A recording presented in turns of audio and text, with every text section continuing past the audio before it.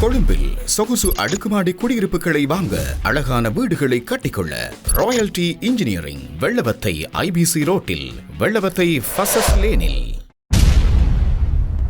உயிர்த்த ஞாயிறு பயங்கரவாத தாக்குதல் நடந்து பல ஆண்டுகள் கடந்துவிட்ட நிலையிலும் அதன் பின்னாளில் உள்ள சூத்திரதார்கள் யார் என்ற கேள்விக்கான விடை இன்னும் மர்மமாகவே இருந்து வருகிறது.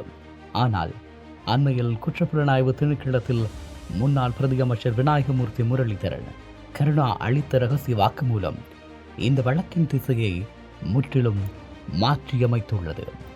அரசு புலனாய்வு பிரிவின் முன்னாள் பிரதானி சுரேசரை மற்றும் தமிழ் மக்கள் விடுதலை புலிகள் அமைப்பின் தலைவர் பிள்ளையான் ஆகியோருக்கிடையிலான நிழல் உலக தொடர்புகளை கருணா ஆதாரங்களுடன் போட்டுடைத்துள்ளார்.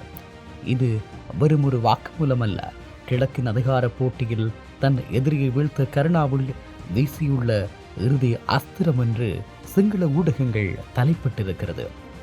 சர்வதேச ஊடகமான சேனல் போ வெளியிட்ட ஆவணப்படத்தில் பிள்ளையானின் முன்னாள் செயலாளர் அசாத் மௌலானா குறிப்பிட்ட அதே குற்றச்சாட்டுகளுக்கு இப்போது கருணா வலுவான வாக்குமூலம் ஒன்றினை அல்லது தான் ஒரு சாட்சியாக மாறியுள்ளார் எனவும் கருணா சிஐடியிடம் சமர்ப்பித்துள்ள ஆதாரங்களின்படி கிழக்கு மாகாணத்தில் பிள்ளையான் தரப்பினருக்கு தேவையான தங்குமிடங்கள் மற்றும் சொகுசு வசதிகளை செய்து கொடுத்தவர்கள் சுரேஷ் செலவினால் நேரடியாக அறிமுகப்படுத்தப்பட்ட நபர்கள் எனவும் பிள்ளையான் குழுவின் நகர்வுகளுக்கும் அவர்களின் அரசியல் மற்றும் இராணுவ ரீதியிலான தேவைகளுக்கும் திரைக்கு பின்னால் இருந்து பெருமளவிலான நிதியுதவிகள் மற்றும் தளபாட வசதிகள் இவர்களாலேயே கையாளப்பட்டதாகவும் குறிப்பிட்டதாக அந்த செய்திகளில் குறிப்பிடப்படுகிறது.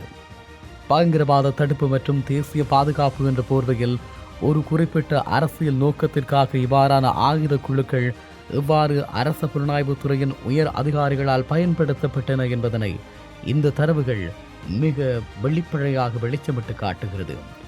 கருணா வழங்கியதாக கூறப்படும் அந்த வாக்குமூலத்தை தொடர்ந்து பொலனறுவை மற்றும் வெலிக்கந்தை பகுதிகளில் பிள்ளையான் தரப்பினரால் நடத்தப்பட்டதாக கூறப்படும் சட்டவிரோத சித்திரவதை முகாம் குறித்த விசாரணையை சிஐடியினர் தீவிரப்படுத்தியுள்ளார்களாம்.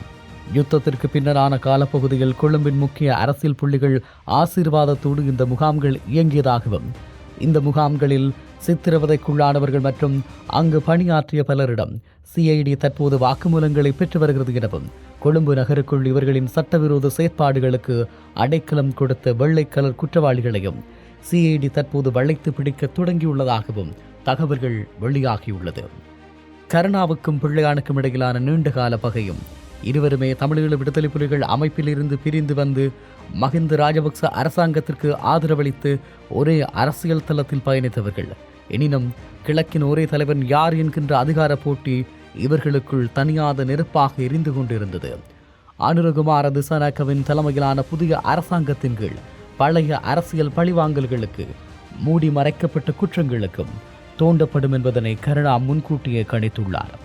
சுரேஷ் அலை தற்போது சிஐடியினால் கைது செய்யப்பட்டு நெருக்கடிக்கு உள்ளாகியுள்ள நிலையில் பிள்ளையானை முற்றாக முடக்க இதைவிட சிறந்த தருணம் கருணாவுக்கு கிடைக்கப் போவதில்லை.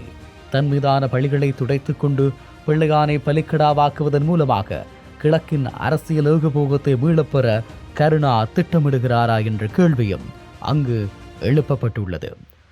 மடகஸ்காரில் ரகசியமாக திரண்ட பாதாள உலக கும்பல் ஜனாதிபதி அனுரகுமார திசாநாயக்கவை இலக்கு வைப்பதாக வெளியாகும் செய்திகளுக்கு மத்தியில் உயிர்த்த ஞாயிறு விசாரணையை தற்போதைய அரசு கைவிடுவதாக இல்லை.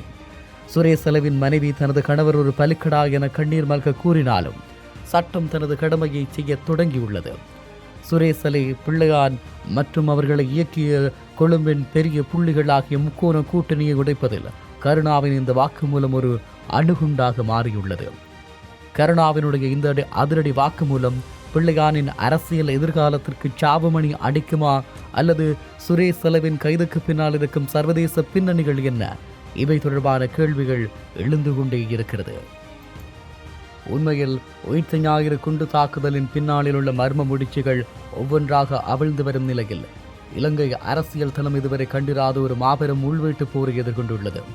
ஆசாத் மௌலானாவின் சர்வதேச வாக்குமூலம், சுரேஷ் அலையின் அதிரடி கைது, தற்போது கருணாவினுடைய சிஐடி வழங்கி இருக்கக்கூடிய 14 பக்கங்களுக்கு மேலான திடுக்கிடும் சாட்சியங்கள் என அனைத்தும் இணைந்து பிள்ளையான் என்கின்ற அரசியல் பிம்பத்தை ஒரு மீள முடியாத சர்வதேச பொறிக்குள் தள்ளியுள்ளது.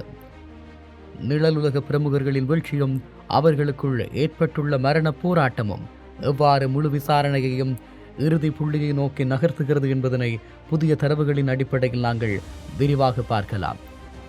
சர்வதேச அரங்கில் அசாத் மௌலானா முன்வைத்த குற்றச்சாட்டுகள் வெறும் அரசியல் நாடகம் என்று கடந்த காலங்களில் சில தரப்பினரால் வர்ணிக்கப்பட்டது. ஆனால் தற்போதைய புதிய விசாரணைகளின் மூலமாக மௌலானாவின் பல முக்கிய குற்றச்சாட்டுகள் உண்மை என சிஐடி நீதிமன்றத்தில் நிரூபித்துள்ளது. சுரேஷ் சலை மற்றும் அசாத் மௌலானா ஆகியோருக்கு இடையே அங்கல்ல ஹோட்டலில் நடந்த ரகசிய சந்திப்பை தொலைபேசி பகுப்பாய்வு அறிக்கைகள் மற்றும் ஹோட்டல் வருகை பதிவேடுகள் மூலமாக சிஐடி நீதிமன்றத்தில் உறுதி செய்துள்ளது.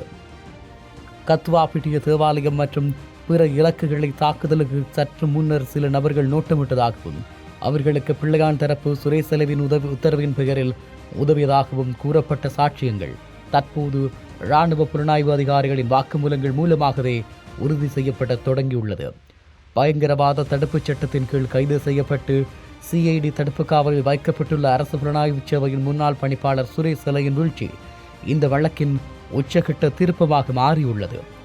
தனது வழக்கை சிஐடி பணிப்பாளரிடமிருந்து மாற்றக்கோரி சலையின் ரகசிய கோரிக்கையை நீதிமன்றம் நிராகரித்துள்ளது. கோட்டை நீதவான் முன்னிலையில் மேலதிக சொலிசிட்டர் ஜெனரல் திலீப் பீரிஸ் சமர்ப்பித்த 14 பக்க ரகசிய அறிக்கை சலைவிற்கும் பிள்ளையானுக்கும் உள்ள தப்ப முடியாத தொடர்புகளை அம்பலப்படுத்தியது. அதே நேரத்தில் வைத்தியசாலை நாடகம் அல்லது மரண பயம் என்பது தொடர்பாகவும் உணவு தவிர்ப்பு போராட்டத்தில் ஈடுபட்ட சலே திடீர் மாரடைப்பு காரணமாக கொழும்பு தேசிய வைத்தியசாலையின் தீவிர சிகிச்சை பிரிவில் அனுமதிக்கப்பட்டிருந்தார். அவர் உயிருடன் வெளியே வரமாட்டார் என அவரது மனைவி குற்றம் சாட்டி வரும் நிலையில் சலே எழுதியுள்ளதாக கூறப்படும் கடிதம் ஒன்று தற்போதைய ஜனாதிபதி அனுரகுமார திசாநாயக்க, ராவை செனவிரத்தின மற்றும் சானி அபேசகர் ஆகியோருக்கு எதிரான ஒரு மரண வாக்குமூலமாக மாற்றப்பட அரசியல் திரைக்கு பின்னால் முயற்சிகள் நடைபெறுவதாக சொல்லப்படுகிறது. உண்மையில் கருணா சிஐடிக்கு வழங்கிய வாக்குமூலம் பிள்ளையானை 3 பக்கங்களில் இருந்து முற்றாக முடக்கியுள்ளது. ஒன்று, சர்வதேச பொறி, ஜெனீவா மனித உரிமைகள் பேரவை மற்றும் சர்வதேச நிறுவனங்கள் அசாத் மௌலானாவின் வாக்குமூலத்தை வைத்து பிள்ளையான் மீது போர்க்குற்றங்கள் மற்றும் பயங்கரவாத கூட்டாளி குற்றச்சாட்டுகளை சுமத்த தயாராகி வருகிறது. இரண்டாவது, உள்நாட்டு சட்டப்பொறி, வேலிக்கந்தை மற்றும் புலனறுவை சித்திரவதை முகாம்கள் பற்றிய விசாரணைகள் பிள்ளையான் குழுவின் நிழல் இராணுவ கட்டமைப்பை சட்டபூர்வமாக கலைக்க வழிவகுத்துள்ளது. அரசியல் பொறி, கருணாவின் ஆஸ்திரேலிய பாணி தந்திரம், அதாவது பிள்ளையான் மற்றும் சுரேஷ் சலை ஆகிய இருவருமே தனிமைப்படுத்தப்பட்ட பலிக்கடாக்கள் என்பதை கருணா மிகச் சரியாக புரிந்து வைத்துள்ளார். இவர்களை காட்டிக் கொடுப்பதன் மூலமாக புதிய அரசாங்கத்தின் நன்மதிப்பை பெற்று கிழக்கில் எஞ்சியிருக்கும் பிள்ளையானின் வாக்கு வங்கியை தன்வசப்படுத்த கருணா காய் நகர்த்துகிறார். யுத்த காலத்தில் இருந்து யுத்தத்திற்கு பின்னரான அரசியல் வரை கொழும்பில் பெரிய புள்ளிகளின் கவசமாக செயற்பட்ட பிள்ளையான் மற்றும் சுரேஷ் சலை ஆகிய இருவருமே இன்று அந்த கவசம் இல்லாமல் போயுள்ளது. அதிகார மாற்றத்தின் போது பயன்படுத்திவிட்டு தூக்கி எறியப்படும் நிழலுலக கூட்டாளிகளின் யதார்த்த விதியை இவர்கள் தற்போது அனுபவித்து வருகிறார்கள். சுரேஷ் சலையின் உடல்நிலை மற்றும் கருணா வழங்கிய ஆதாரங்கள் தொடர்ச்சியான மிக பரபரப்பான சூழலை ஏற்படுத்தி கொடுத்துள்ளது. கருணாவின் இந்த வாக்குமூலத்தால் பிள்ளையான் தரப்பு எடுக்கப் போகும் அடுத்த கட்ட அதிரடி நகர்வு என்ன? சுரேஷ் சலையின் மரண வாக்குமூல கடிதம் அனுர அரசாங்கத்துக்கு நெருக்கடியை ஏற்படுத்துமா? வெலிக்கந்தை முகாம்களின் மர்மங்களும் கொழும்பு அரசியல் புள்ளிகளின் பதற்றமும் இறுதிப் போரில் வெல்லப்போவது யார் என்கின்ற தொடர்ந்த கேள்விகள் மட்டும் இருந்து கொண்டே இருக்கிறது. கொழும்பில் சொகுசு அடுக்குமாடி குடியிருப்புகளை வாங்க, அழகான வீடுகளை கட்டிக்கொள்ள ராயல்டி இன்ஜினியரிங், வெள்ளவத்தை IBC ரோட்டில், வெள்ளவத்தை ஃபசஸ் லேனில்.